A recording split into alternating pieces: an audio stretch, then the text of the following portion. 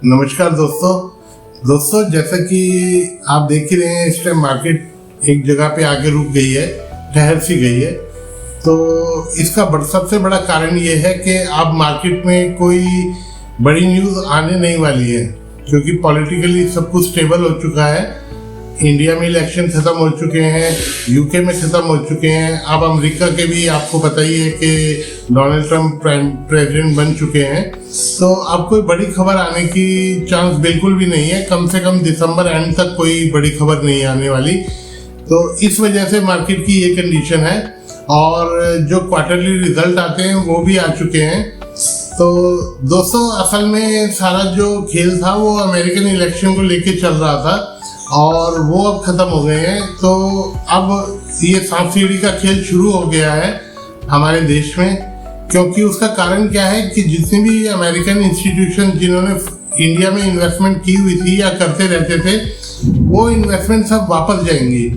उसका कारण ये है कि डोनाल्ड ट्रंप जो है वो ये चाहते हैं कि अब उनके देश में काम हो, मैन्युफैक्चरिंग स्टार्ट हो और भी जो इन्वेस्टमेंट के उनके प्रपोजल्स हैं वो सामने आएंगे। तो इसलिए अब इंडिया से इन्वेस्टमेंट निकल के अमेरिका की तरफ जाएगी।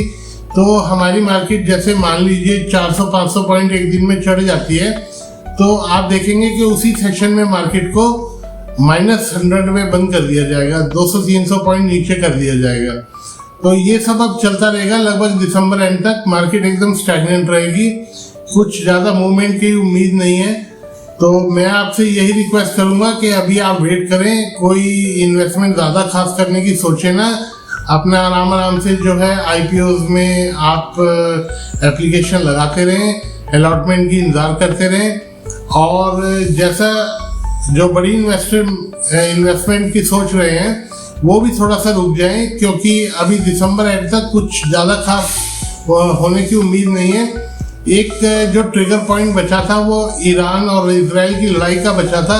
तो अब ईरान को भी समझ में आ गया कि डोनाल्ड ट्रंप जब से प्रेसिडेंट बने हैं तो उनको मालूम है कि उनके जो विचार हैं वो ईरान के बारे में क्या हैं, और उनको पता है कि अगर उन्होंने इजराइल पे किसी तरीके का आक्रमण किया तो डोनाल्ड ट्रंप उनके पीछे लग जाएंगे और उनकी कंट्री का सत्यानाश हो जाएगा। तो इसीलिए अब ईरान भी बैकफुट पे आ गया है। और अब कोई ज़्यादा दिसंबर एंड तक कोई ज़्यादा मूवमेंट होने की चांस नहीं है। डोनाल्ड ट्रंप जो है वो अपनी कंट्री में काम करेंगे, अपनी कंट्री के लोगों के लिए काम करेंगे, और वो ज़्यादा इंटरनेशनल झमेलों में पड़ने की कोशिश नहीं करेंगे।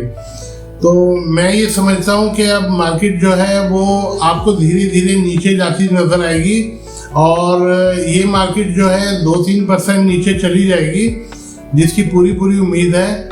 और दिसंबर एंड तक कुछ ज़्यादा मूवमेंट होने की चांस नहीं है। तो आप अपनी इन्वेस्टमेंट्स को संभाल के रखिए, थोड़ा टाइम के लिए इन्वेस्ट ना कीजिए।